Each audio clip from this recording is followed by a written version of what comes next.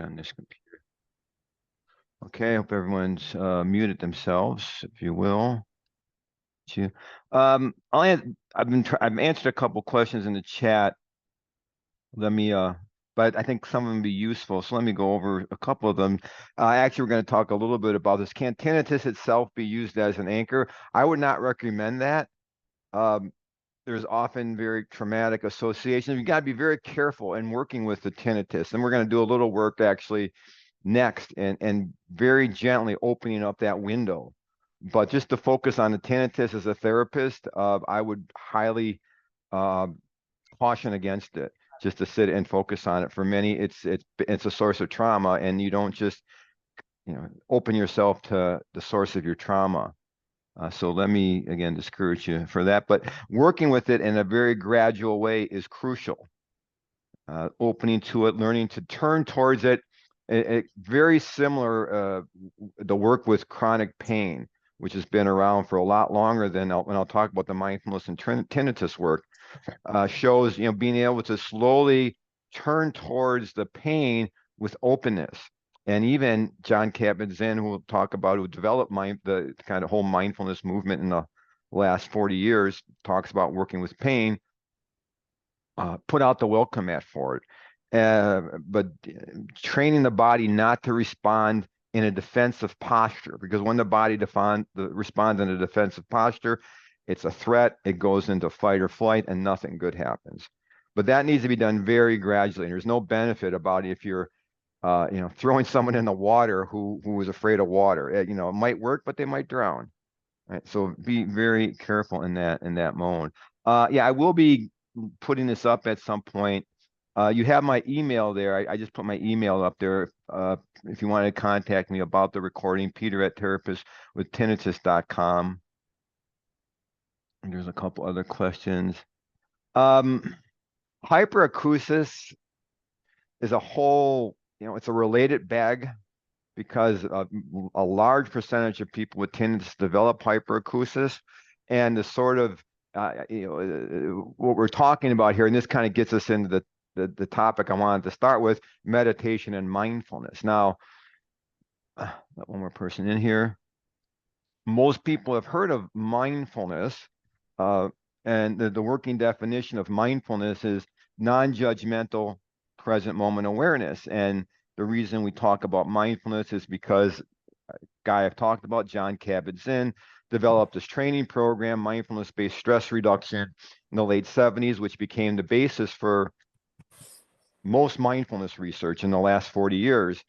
That program, the main component of that program is meditation. Right? So the simple answer, meditation is the path to mindfulness. Right? It's been that way for 2,500 years. 40 years of research has proven that same result.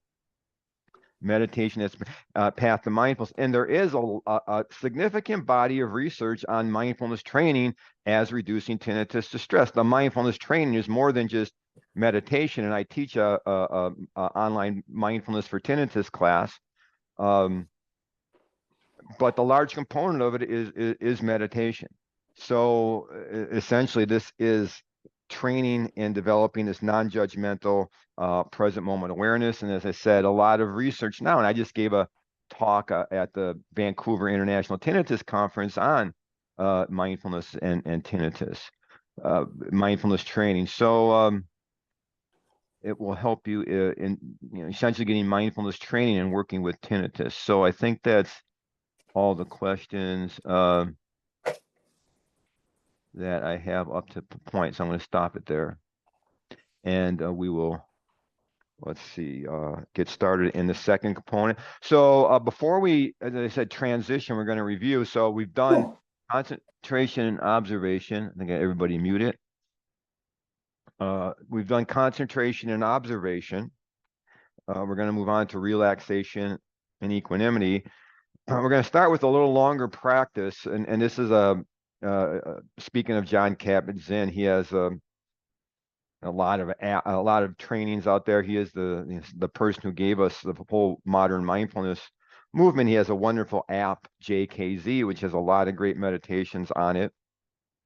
One very common meditation in the mindfulness tradition, the mindfulness trainings, which are both mindfulness-based stress reduction or MBSR and mindfulness-based cognitive therapy, very similar, MBCT, is called a rotation of awareness meditation. And we're going to do that. And it works both with the two skills of concentration and observation. We're focusing, concentrating, and then scanning out, looking at others, moving around, getting a broader perspective. So we start with the breath, placing attention on the breath, holding it there. And then we span out to place attention on the body as a whole. And then, and this is where we bring in the tinnitus, we move to sound. And first, don't move to sound, if that's going to be troubling to you. No need to do it. You can just stay with the breath or the body. You can also just focus on if you have a background sound, another sound that you like, focus the attention there. Finally, you can try, if you want to, in a short period of time, just turning towards your tinnitus with a little curiosity and openness, and then coming back to another sound or to the breath. And gently beginning to open that window of seeing what it's like if we can be with our tinnitus in a non-reactive way, but not for more than, again, a couple of breaths, and then coming back to another sound or to the anchor of the breath. And then we're going to work with thoughts. Now, our usual pattern, right, is to observe a thought and come back to the breath, but we're going to focus just on thoughts, like thought was the focus of our observation. View it as if you were sitting by a river, watching the stream of thought and trying to take a different relationship to thoughts than one of simply buying into the thought. And then the final practice is a non-attached awareness, where we simply let the attention go wherever it's going to go. If it goes to breath, goes to body, goes to thought, goes to sound, we just observe, developing the observer self that can watch without reacting. So I said this is going to be a little longer practice. It's going to be a guided practice. We'll talk about the difference between guided and unguided practices afterwards, and then we're going to move on. So again, now that you all have the position, begin by settling yourself in, feeling the points of posture, feet. Again, if it's a sitting posture, just press if you're on a chair, really pressing your feet into the chair, checking with your hands, your torso, and check even the neck and shoulders. Make sure they're not overly tense or overly slouched. The eyes closed or open, if you can, and keeping them gently open on the ground in front of you. If not, closing them if you're comfortable with that. The face, breathing in through the nose and out through the nose at a normal pace.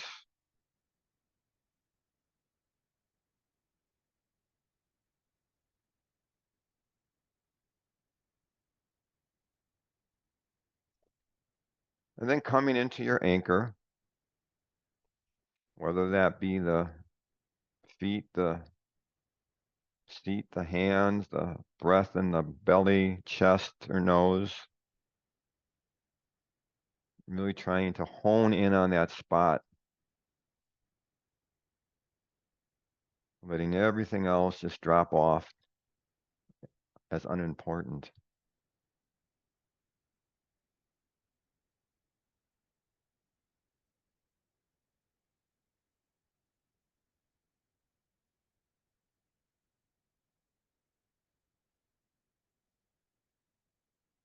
When the attention wanders, as it invariably will, into the stream of thought, simply saying, maybe thinking, or else naming the thought, and coming back to your anchor. And if you want, using a counting practice to assist you. So maybe trying to follow the entire cycle of breath, feeling the in-breath, the pause, the exhale, and the pause.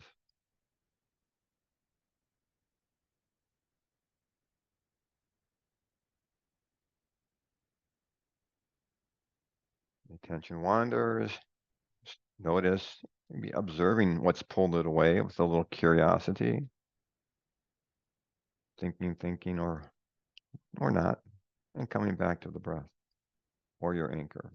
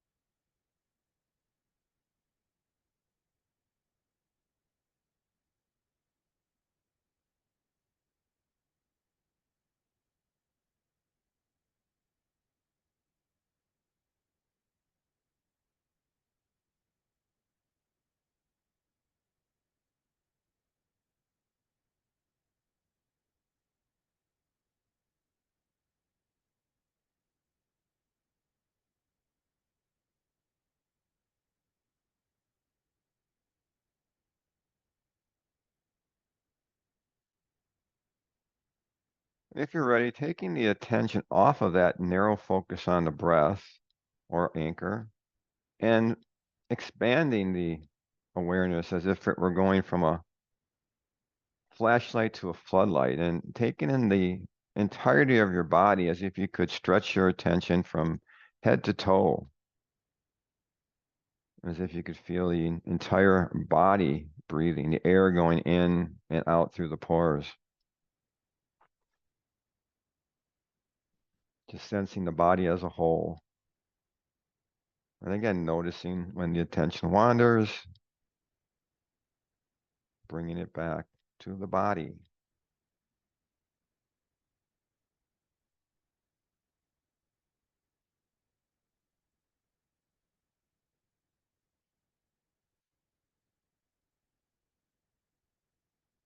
And then just scanning the body, checking in with the feet, noticing if there's any sensations available to you there, soreness or numbness, tingling or warmth. Checking in with the lower legs, upper part of the legs, where the pressed into the chair or on the floor, noticing the hands, just feeling the breath in the belly and the chest, and sensing the lower back, any soreness or tightness. Try maybe to breathe into that a little bit in that lower back area. Even feeling the breath in the back ribs. It's not just the front ribs that span. There's movement in the behind, in the back as you breathe, and trying to get a sense of that.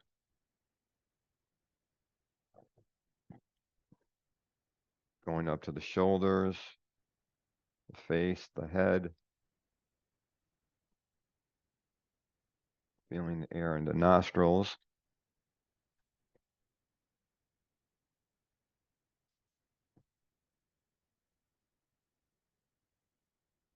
And then if you are up for it, just trying to turn gently to whatever sounds, not focusing on your tinnitus at this point, but if there's any other sounds in your awareness, or just hanging out with the breath, if that's a little much, But if you can, just notice sound, observing sound.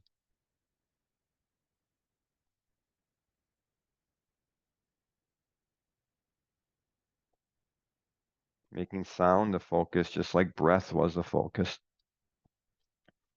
And if you feel up to it, maybe just gently opening up the door a little bit and peeking in at your tinnitus. Just, if you can observe with a little curiosity and gentleness, recognizing at least that it's just your brain trying to process the external world and not doing the best job, but it's trying. If you can even have a little sympathy towards it and towards yourself, and then shutting that door and coming back to sound or to the breath.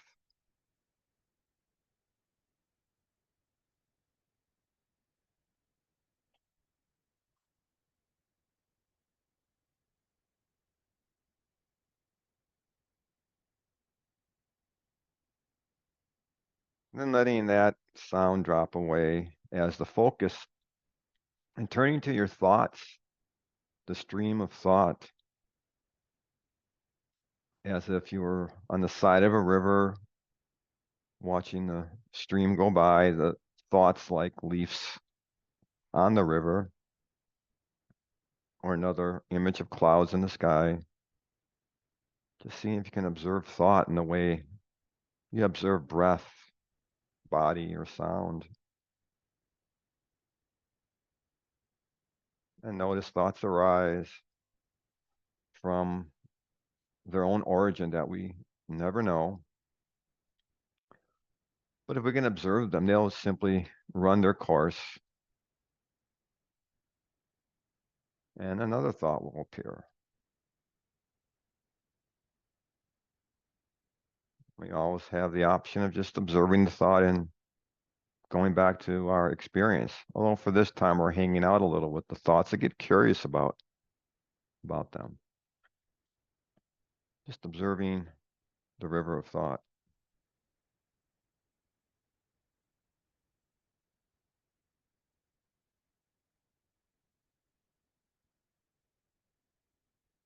And you may find thoughts can be love to hide at the beginning, actually, very often. If you're patient enough, like fishing, they'll show up because we know they're there. As I said, 30 to 60,000 of them a day. So I want to develop a different relationship of observing thought.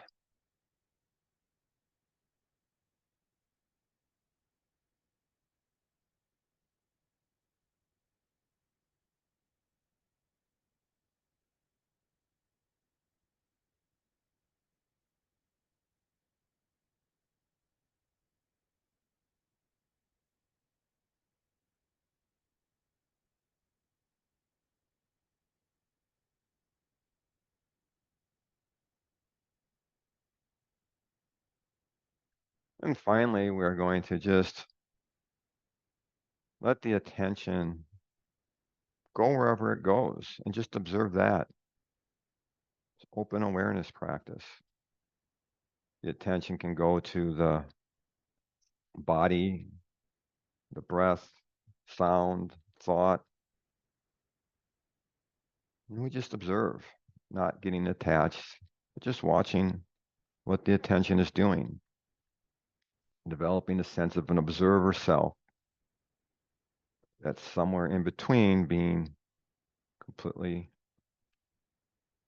we're not cut off, we're not dissociating, we're just not being overwhelmed. We're just developing this capacity to watch what happens and not react.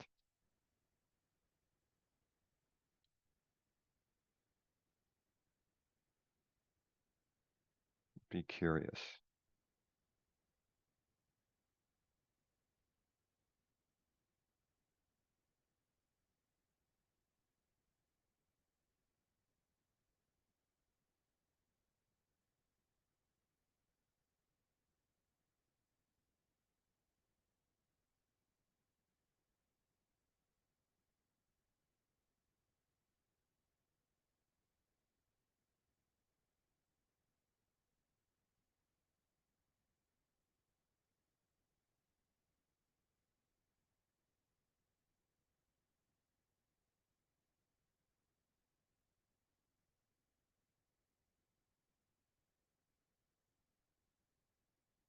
Then just bringing the attention back to the breath where we started, or whatever anchor you have.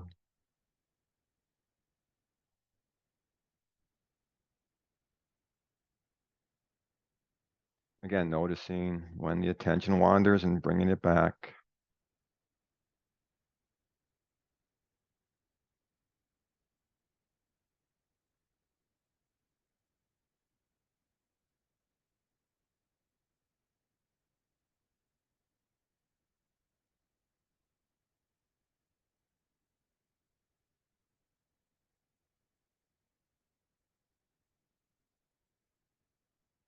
When you're ready, opening your eyes if they were closed and reconnecting with your surroundings.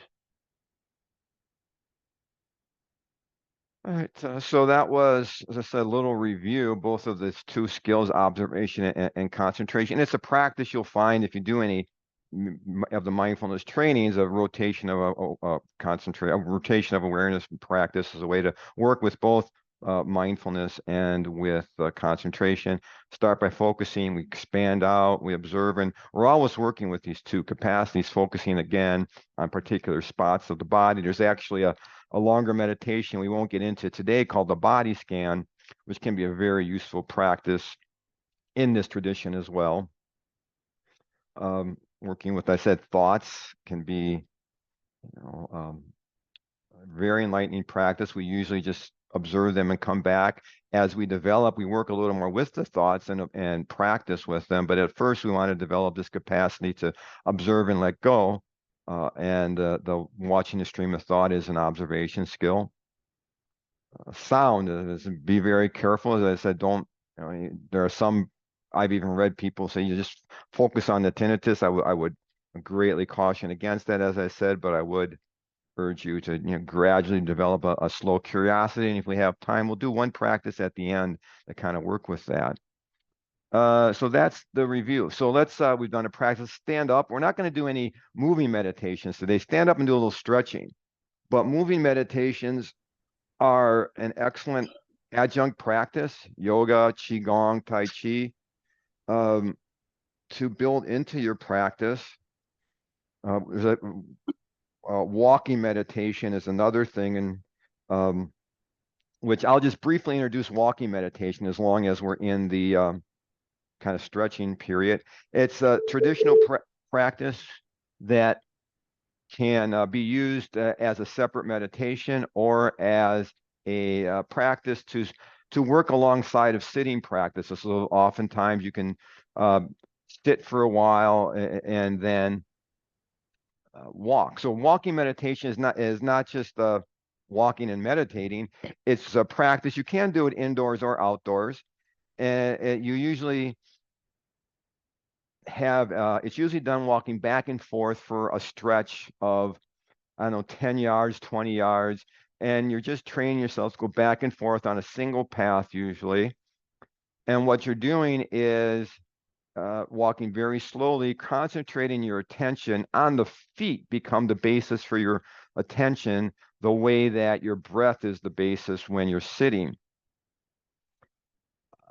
Same practice, your attention wanders off and you bring it back to the feet. So it's done very slowly and deliberately. Again, I'll give you a sense of what it looks like. You're standing up. You usually have a particular posture very often. Hands over the belly, fist on the belly, hand over the other hand. And then you're just walking at a very deliberate pace. And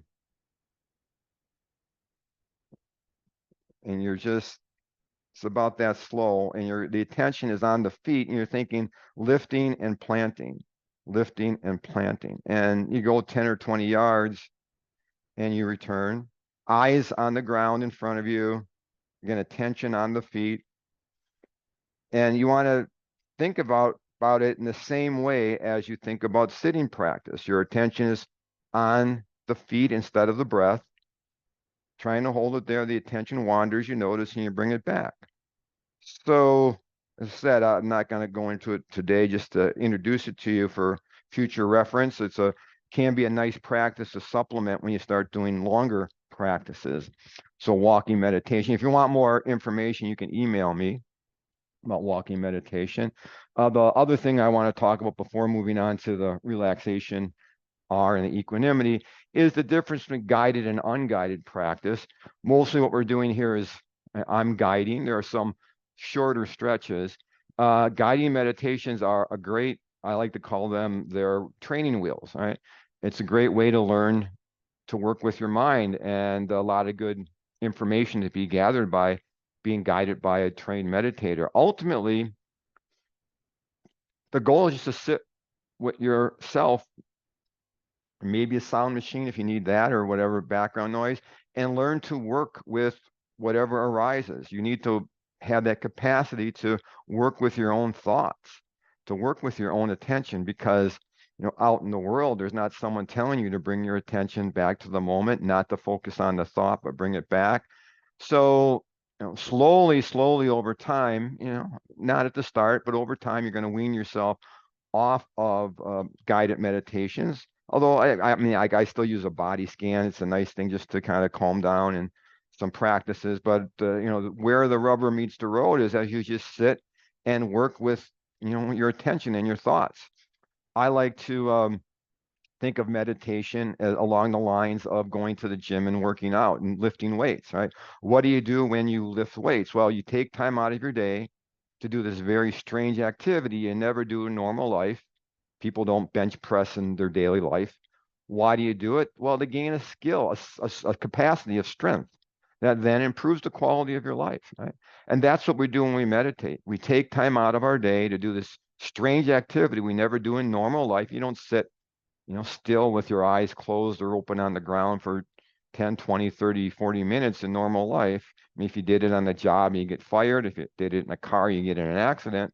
Why do we do it? To gain this capacity to hold our attention in the present in this non-judgmental manner, because being in that state is much provides us, at least reduces a lot of our suffering. We can just not be worried, not react to our thoughts that are troublesome. We can respond in a different way to what's arising and not be reactive. So we're developing this skill, this non-judgmental awareness, which is useful not only with tinnitus, right? This non-reactivity is, of course, the definition of habituation, not reacting to the sound. And that's just what we're training ourselves to be, is non-reactive to the sound. And that's what we bring not only to our tinnitus, but to our everyday life. So let's get on then to the next, again, we'll have questions at the end, and about, take a question by starting, after I finish these next couple sessions. We'll have plenty of time for questions. I want to talk about some things with relaxation, and I want to use this particularly to talk about some breathing practices. As normally, we just watch the breath when we meditate. And so we're going to go over a couple of breathing practices that are useful and that they can bring down our sympathetic nervous system, bring on what's called the parasympathetic nervous system, and help the body relax. And if you have tinnitus, as I said earlier, you're in a state of what's called sympathetic activation. You're in fight or flight mostly. Again, research shows folks with tinnitus, especially folks who have distressed by tinnitus, are in fight or flight at a level that is above the kind of normal level. So we need to learn to bring the relaxation system, the parasympathetic nervous system, online. Meditation itself will do that, as I said earlier. But breathing practices have been around thousands of years. Many of you may have engaged in them. I'm going to just go over a couple of practices that can be useful in bringing online as we call the parasympathetic nervous system, calming the body. And these can both be done on a spot basis, that is, at one particular time when you feel a little stressed, but they're best done as trainings to reshape the way we are experiencing the external world. And these are one of them is called 478, and the other is known as the 365 method. So let's start with 365. 365 is you are aiming to breathe at 6 breaths per minute. That's about half, sometimes less than half than what we normally breathe at. Now you're going to need a timer. You don't know, so there are timers, and I will be using the timer. There's a lot of nice apps out there. A very simple one with an easy timer is Breathe to Relax, BRETHE, the number 2, and relax. So you're timing yourself so you're following a pace at 6 breaths per minute. There's also some on YouTube, a lot of musical recordings that go at this pace, and which can also actually kind of calm you with just the music. So 6 breaths per minute, 5 minutes at a time, um, 3 times a day, every day of the year, 365. And a lot of good research on this as being able to alter, change, increase heart rate variability, which is a sign of heart health. So we'll do a couple of minutes of what this feels like. We're going to do about, I'm using the app Breathe to Relax. So we're going to do, I think this does like 16 breaths at about 6 breaths per minute. So you can see what that is like. So just begin for breathing practices, not, best done if the back is unsupported and straight. If you're leaning against the chair, it can compress the capacity of the lungs to expand. Same thing if you're lying on the floor, not the best position to do those in. So getting ready, you're just exhaling. Inhale, exhale, inhale, exhale, inhale, exhale,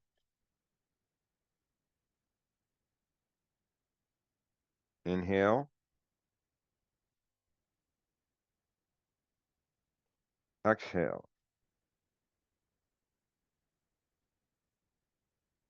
exhale, inhale, exhale,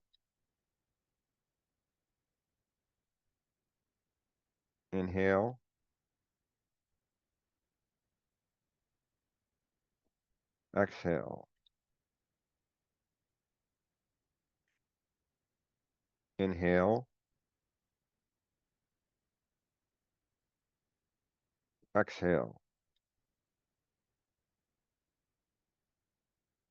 inhale, exhale, inhale, exhale, inhale,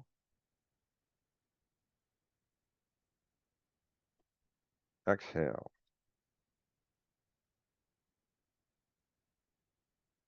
inhale, exhale,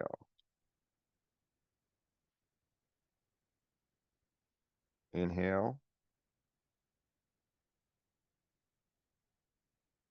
exhale, inhale, exhale,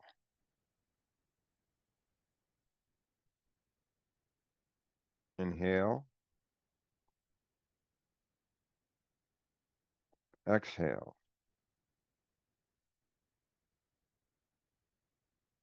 inhale,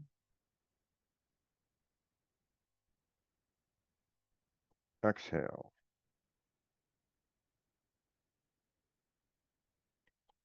inhale, exhale,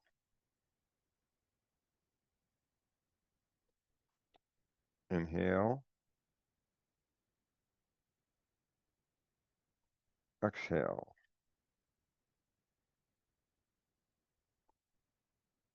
inhale. That's it. Okay, that was 16 breaths. I said about 5.5 breaths per minute. I set it at a little slower than 6. Best done as a training, although you can just do it. And I think you may have even noticed in a short period of time, the body starts to calm down when you slow up the breath. Another method that's a little, I don't say easier, a little less complex because you don't need someone to count you. You just do your own. You can do this on your own. Is 4-7-8, and this is often associated with Dr. Andrew Weil, who's at University of Arizona in Tucson here. Very well-known integrative physician, healer. So the basic idea is we breathe in through the nose for a count of 4, hold the breath for a count of 7, then breathe out rather forcefully through the mouth for a count of 8. Now we'll do this with me counting, but it's going to look something like this. You're going to go.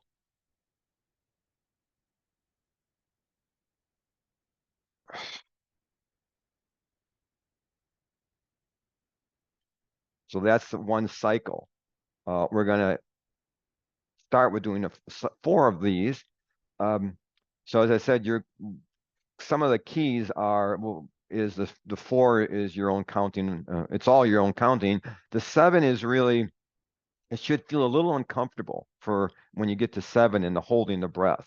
That's really where the work goes in. You're gradually expanding your capacity to hold breath, increasing your lung capacity. And so that's going to increase the more you do this over time. And then the 8 is through the mouth, and you're going to have to stretch it out. If you blow it all at once, you're not going to last for 8. So it can take a little while to get your rhythm, but most people find it pretty quickly. So I'll just count 4 of these at a average pace. This might be too fast or too slow for you. Ultimately, you just want to find your own pace here. So we'll do a cycle of 4 of these. Again, best if your back is unsupported, not on the ground or leaning against a chair. So breathing out and breathe in through the nose. 2, 3, 4. Hold. 2, 3, 4, 5, 6, 7. Exhale. 2, 3, 4, 5, 6, 7, 8. Inhale. 2, 3, 4. Hold. 2, 3, 4, 5, 6, 7. Exhale. 2, 3, 4, 5, 6, 7, 8. Inhale. Hold.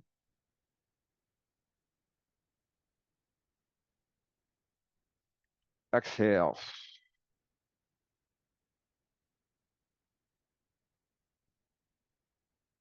Inhale. Hold.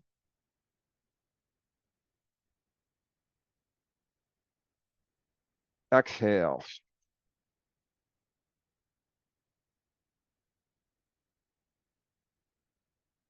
So that's a cycle of 4. He recommends doing starting off doing a cycle of 4 twice a day, building up to, after a couple weeks or a month, a cycle of 8 twice a day. You can do more than it. You can do it more often than twice a day, but his recommendation is not to do more than a cycle of 8. You start to hyperventilate, and especially if you're doing it pretty hard, it's going to be a little much after a cycle of 8. If you're doing more than 8, you should probably try holding the 7 for longer. 7 should be more. So again, that's both a practice, and it's best done as a practice. We're retraining our body to be be more efficient in processing oxygen. It's going to help calm the sympathetic nervous system. Right? But you can also begin to use it if you're a little agitated and want to calm down. Just taking a moment, taking a breath, and coming into one of those breaths for a couple of portions.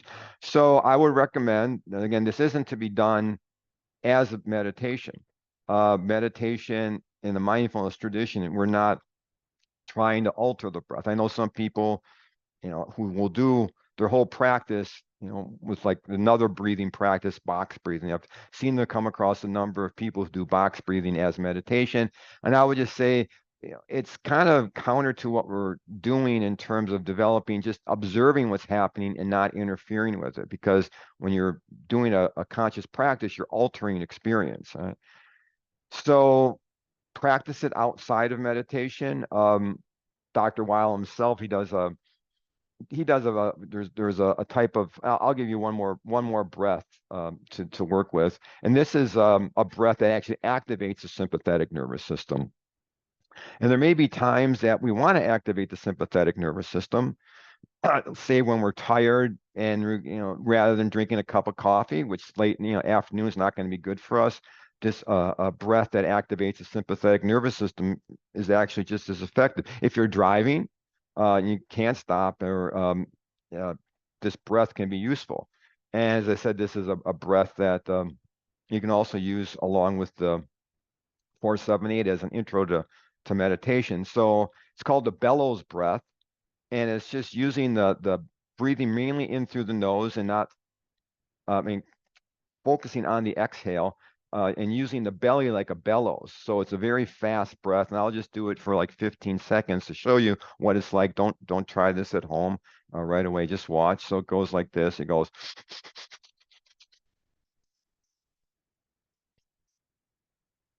You're trying to breathe as quickly as possible, for starting with 15 and building up maybe to a minute. And this can be very useful, as I said, in activating the sympathetic nervous system at times when it can be useful to activate it. The other two devices, breathing practices, are used to kind of calm down, tamp down the sympathetic nervous system.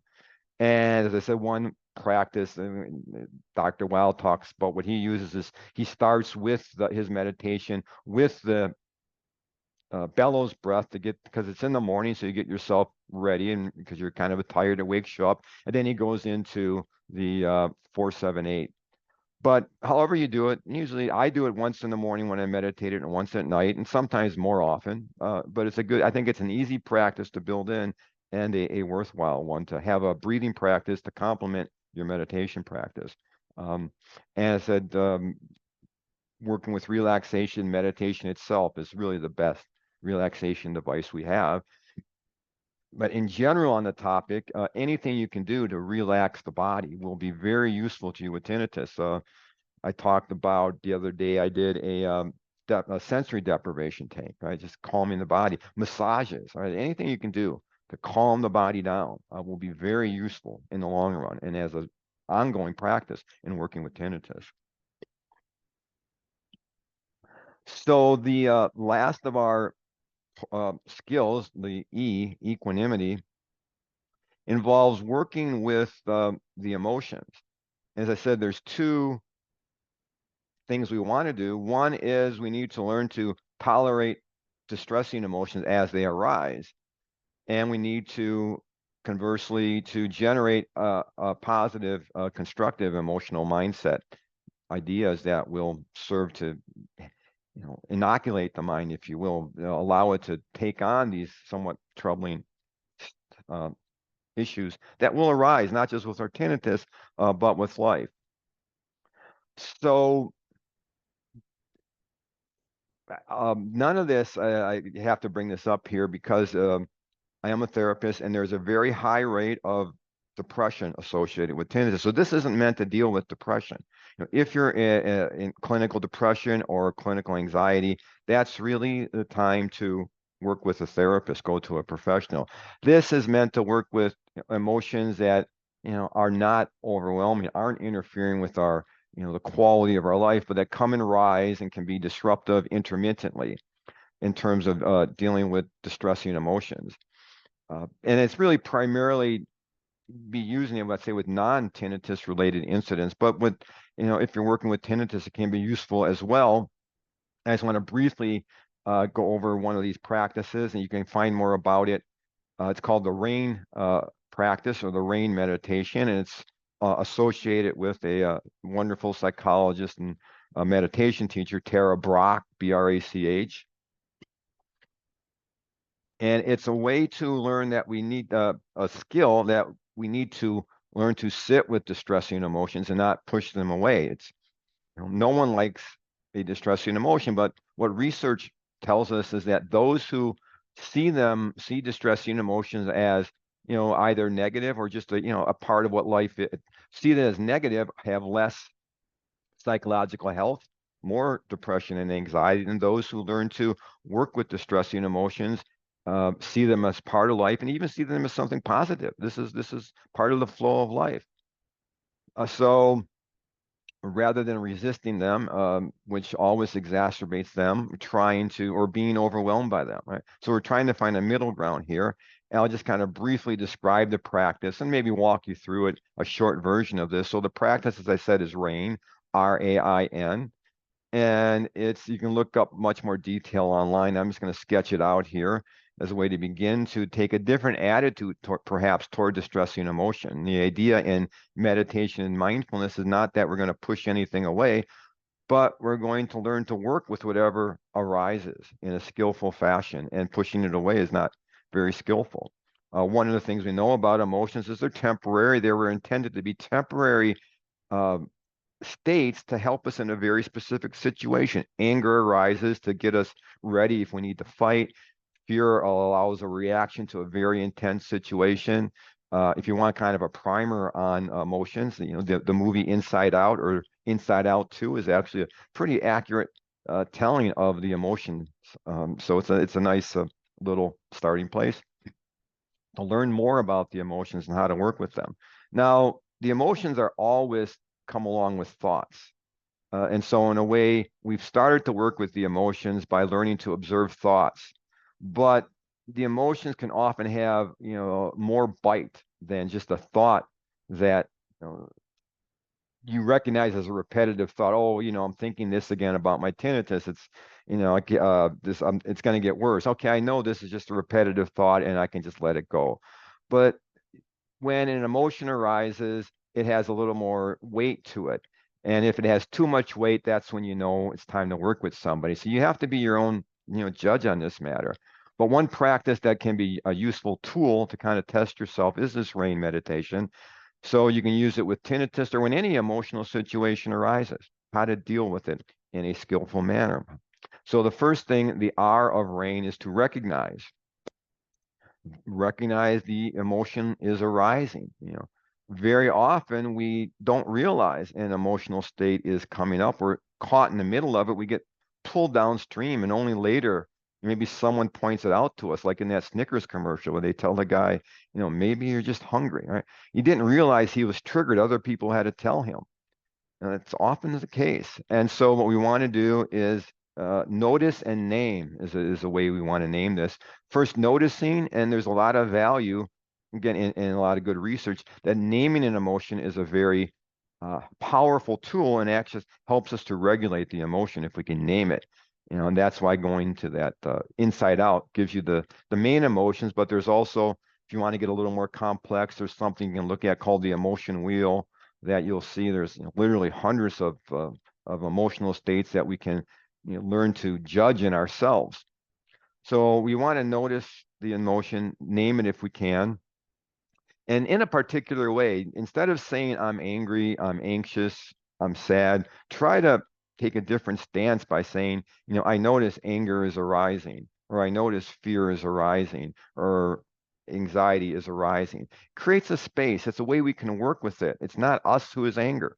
It's something angry is arising, and I can observe it and start to respond skillfully to this distressing emotion. Parts of life. The way we begin to respond is first the A of RAIN, to allow it to be there. We don't like negative, distressing emotions. I don't like calling them negative emotions. They're distressing emotions. They're part of life. They have a purpose. That emotion is actually there to protect you. If it's fear, it's there to protect you. If it's anxiety, it's because there is a part of you that is sensing something is worthy of anxiety. So recognize it's there to protect you. It might be misinformed or misguided, but allow it to be there. It's a messenger. It has a purpose, right? When we try to push it away, the body sees it as a threat. And again, once you see something as a threat, game over. You're in its control. So we just allow it to be there. We invite it in. And then the I of rain is we investigate it. And that investigation is primarily two areas. As I said, any emotion carries with it some thought that's driving the emotion. Maybe it's, I'm going to have tinnitus forever, and that brings about a sense of despair, right? There is a connection. So observe the thought that's there. And then even more importantly, observe what's going on in our body. Right? Where am I feeling this emotion in my body? Is it in my chest, in my stomach, my face, is my jaw tight? Begin to observe the body. And these last two steps have a very particular physiological purpose, and that is when we get triggered, right, what happens is the amygdala, which is the threat center in the brain, gets us into this state of hyperactivity, fight or flight. And what happens at that point is really the thinking part of our brain, the prefrontal cortex, goes offline. So we're just acting on instinct. We're just responding out of fear. We're not thinking through the situation clearly. And so what we do is first, by allowing it in, we stop the threat response, right? I'm not threatened by this. I can start to calm the body down because I need to calm the body down to get access to the thinking part of my brain. With the I, again, I investigate, I look at my thoughts. I'm trying to bring my reasoning part back online because the threat center, fight or flight, shuts us off from reason, because you don't need reason to run away or to fight in fight or flight. So we start to bring the reasoning part of a line online, and then we start to contact our body, grounding ourselves in the present moment, right? And in the present moment, we know there's not really a threat. We're generating this sense of a threat, or that's not, generally warranted by the circumstances. And then with the N of rain, we nurture. That is a very broad term, but the basic idea is we try to find a way, now that our reasoning part of our brain is online, to wisely proceed with this situation. What does the wise part of my brain, the thinking part of my brain, the part that is wise and intelligent and sensitive, what's really the best way to proceed in this situation? And you don't find access yourself, perhaps what would a wise person that I know tell me to do in this situation to respond? Or maybe you might even think of, what would I tell a friend who is in this situation? How can I respond skillfully to this situation, in its reality, in a way that will help me proceed in a way that's less disruptive than when I started? And maybe I need to, maybe I know I'm overreacting. I need to talk to somebody. Maybe I just need to recognize I'm being, very self-critical, and what's needed is self-compassion. Maybe I just need to do some breathing practices to calm down, right? Figuring out what's needed to work with the situation. And it's just a way to emerge on the other side of an emotion with a different attitude and not push it away. Learn to tolerate distressing emotions, invite them in, work with them rather than push them away.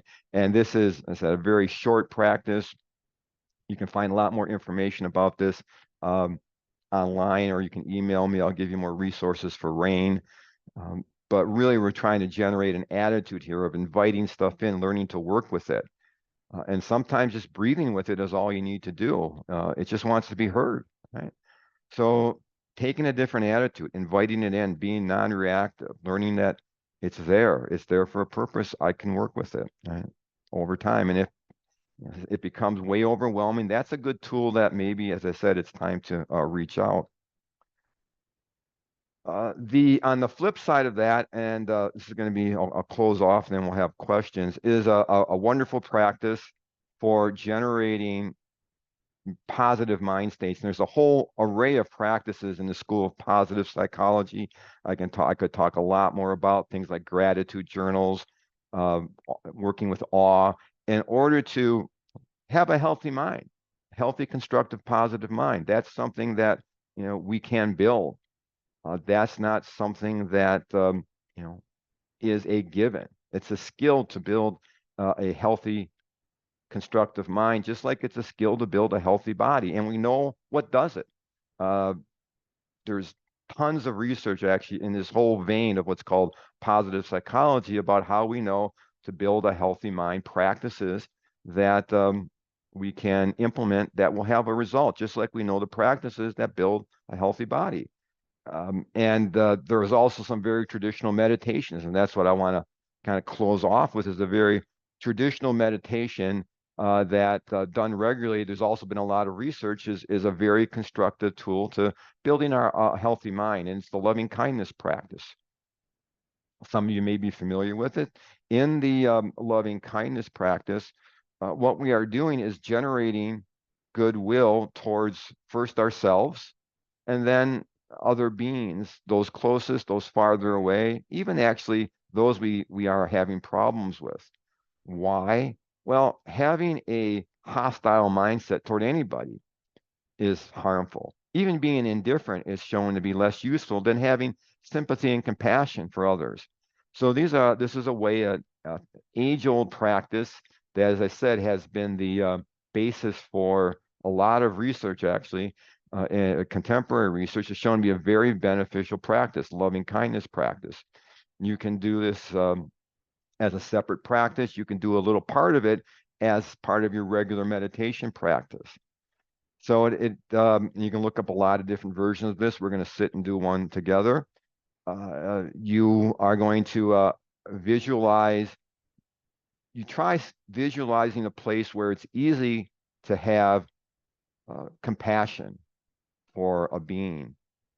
And traditionally it started with the self, but this practice in the West, people have had difficulties because we generally have problems feeling compassion for ourselves. We're very critical. And actually, there's a famous story, true story, where the Dalai Lama was at the first conference of East-West psychologists, and they had to explain to him this notion of self-hatred.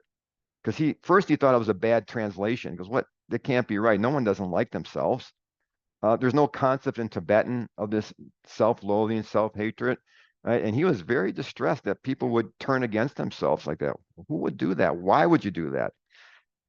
It is an issue, and there's a lot of a whole field of study called mindful self-compassion, generated by Kristen Neff, probably most famously, because this is such an issue. So we generally start the loving kindness practice with someone who's easy, maybe someone who's a non-complicated person that we have just generally good feelings toward. It can even be an animal, something that generates a sense of compassion for others. Just get that feeling located, and we will repeat a set phrase. It's may I be happy, may I be safe, may I be healthy, and may I do well in the face of whatever arises. And that's repeated for each of these class of beings. So we start with the easy person or the easy being. If no one comes to mind, maybe there's a figure that you admire who you just have nothing but positive regard for. So getting a state of positive regard, we then turn towards ourselves and use that energy to wish ourselves those same good things. Then we move outwards to those close to us, those a little further out, those who are indifferent to us. And ultimately, even trying to bring in someone who we're having difficulties with. You don't want to start out with the worst person that you are having problems with, but someone who is mildly annoying, trying to wish them good things. And we'll walk through that. And then ultimately, for all beings is where we end up with. So we'll sit and we'll close with this practice, which is again a classic meditation practice. It's more considered a concentration than a mindfulness practice, but it's a nice practice to close with. Then we'll have time for questions.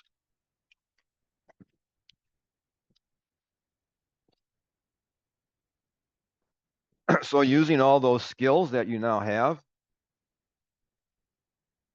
settling into your body, the points of posture with the feet on the floor, checking in with your hands, the torso, maybe softening the neck and shoulders or straightening them depending upon what you need. Either keeping the eyes gently open on the ground in front of you or closing them. breathing in through the nose and out through the nose. And then coming into your anchor. Let's start by try doing a little counting of the exhale. So as you breathe in and exhale, count. See how long your exhale goes for. 1, 2, 3, 4, however far it goes for. Kind of get a sense of how far the exhale goes.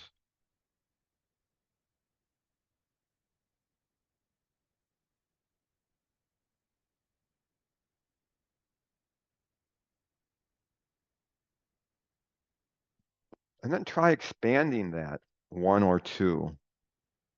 Just expanding the exhale. What we know is that we inhale for more than we exhale. And we want generally to even that out. And one way to even that out is just every so often, when you sit, it's a good time to do it. You can do it anytime. Just work on expanding the exhale, making that a general practice. It's a good thing to try to do at the start of a meditation for a few breaths, not the entire practice.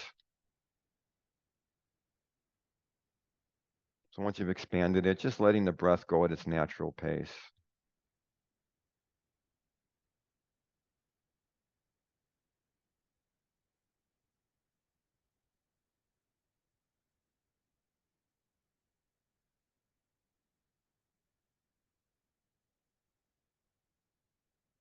When the attention wanders, we notice it, maybe say thinking, bringing the attention back to your anchor.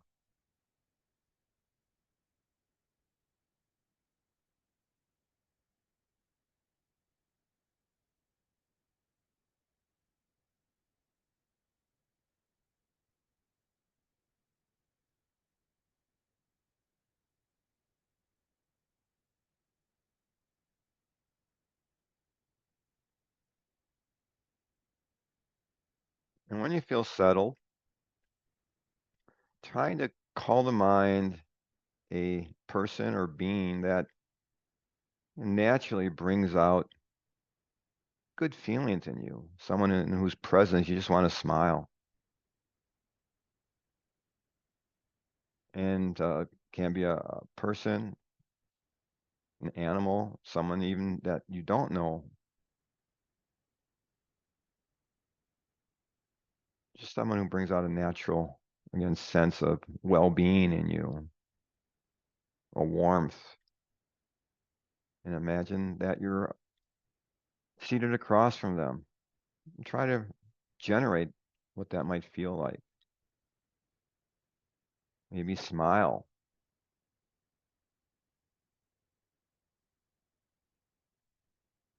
Well, the smile itself can generate good feelings, we know. And then imagine you saying to them, may you be happy. And really, letting it land, trying to feel that goodwill that you're sending to them, as if it were a light beam that you were shining on them. May you be safe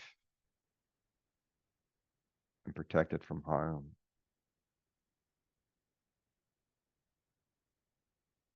May you be healthy.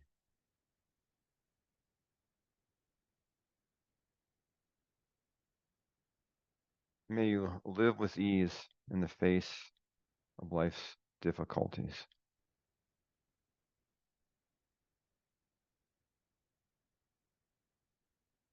And again, seeing if you can feel a sense of what it's like to generate that goodwill, to have that warm feeling. You're feeling a little warmth in the belly, even in the chest, in the heart. Again, giving us a smile. And then having generated some compassion, some loving kindness towards others, turning that towards ourselves, recognizing how difficult it sometimes is to wish good things for ourselves. But just as that person we admire would wish good things for us, we wish good things for ourselves, saying, "May I be happy. May I be safe.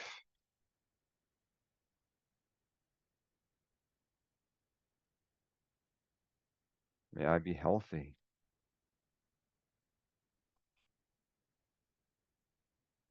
May I live with ease in the face of the inevitable difficulties of life." And seeing if you can feel that even a little bit, generating warmth, compassion towards yourself. Just because it's very difficult, often we'll do it one more time. May I be happy. We all deserve happiness,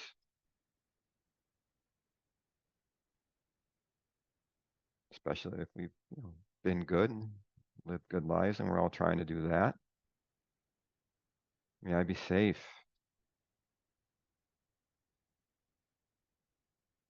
May I be healthy.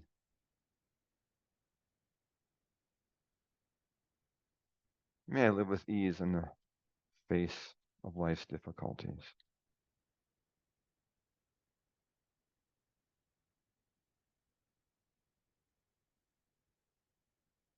And trying to feel a little bit of what it's like to sincerely wish these things for ourselves. And spreading outwards toward those closest to us, maybe the inner circle.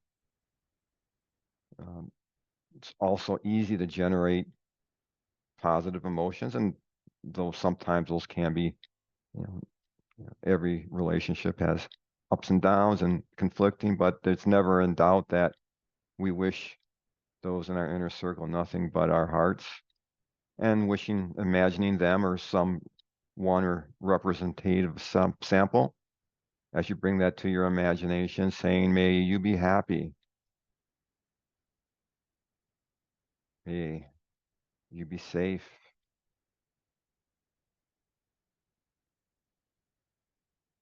May you be healthy. May you live with ease." And that was probably fairly easy to generate. But going even a little further out into those that we are connected to, but not as close as to our innermost circle, friends, acquaintances, even relatives. They are not as tight, but we have them in our hearts, in our minds, and drawing up some representative individual or individuals, sensing their presence, sending to them the same wishes. May you be happy. May you be safe. And may you be healthy. May you live with ease in the face of what life brings you.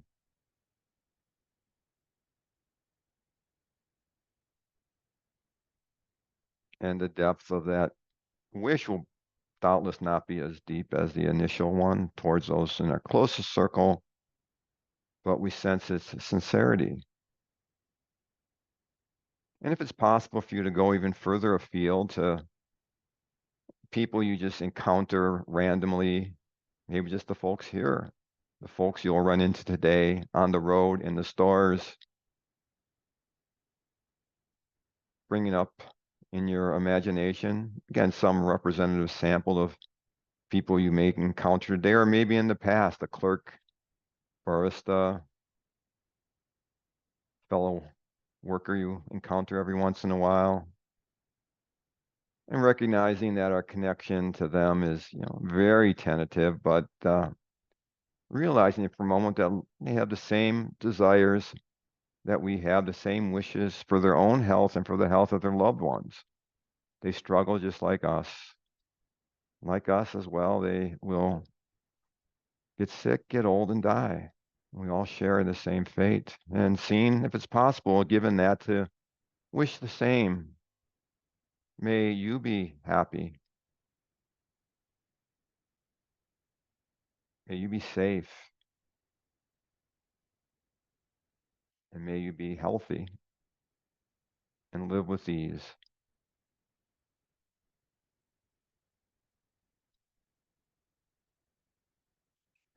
And if it is possible to bring in a difficult person to really stretch yourself here, and if that's not possible, don't feel compelled to do that. And certainly don't work with the most difficult person. But maybe someone, as I said, who you're having, it's not a pleasant situation. It's not, a major catastrophe, but it's an unpleasant situation that you have with this person.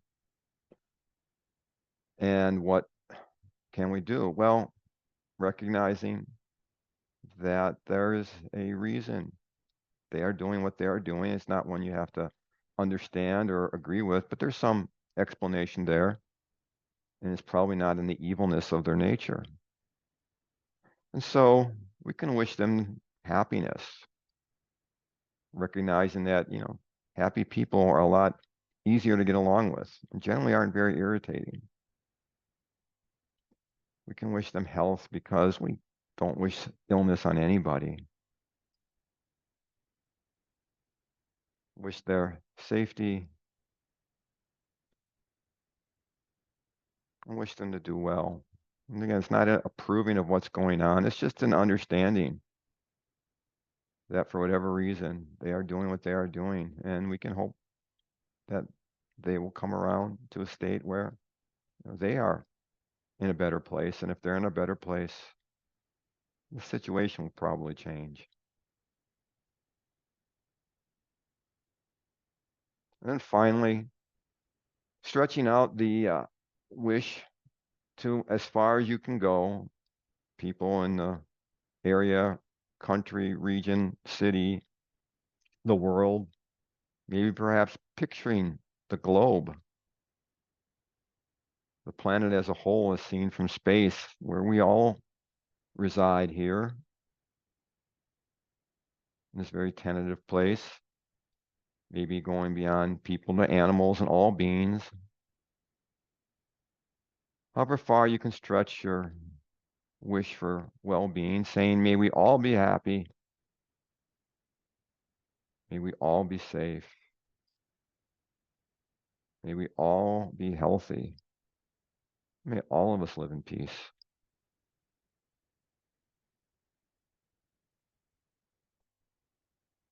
And then just sitting for a few moments with what you've generated and letting that seep in. And just sit with it and feel it, the goodwill, the wishes that we've been able to generate for others, but ultimately it's ourselves who benefit from this practice.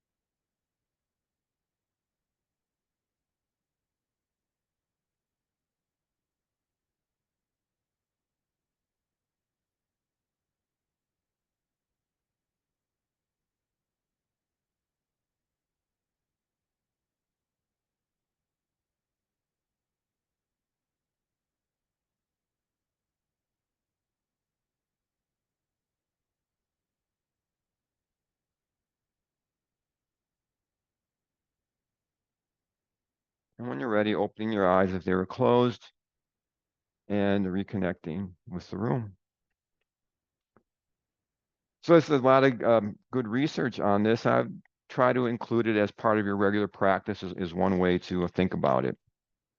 So this concludes the formal part of this presentation. We've gone over the practice of meditation and the 4 skills of concentration, observation, relaxation, and equanimity, and how those can be useful in working with tinnitus. I think you have the skills to work with to begin to develop a meditation practice. I have resources on my a website, therapistwithtinnitus.com. I have a YouTube channel.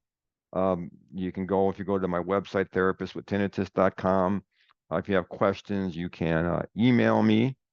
I teach a class. I haven't yet set the next schedule, but you can get a hold of me about that. I have a free newsletter you can also sign up for on my website, therapistwithtinnitus.com.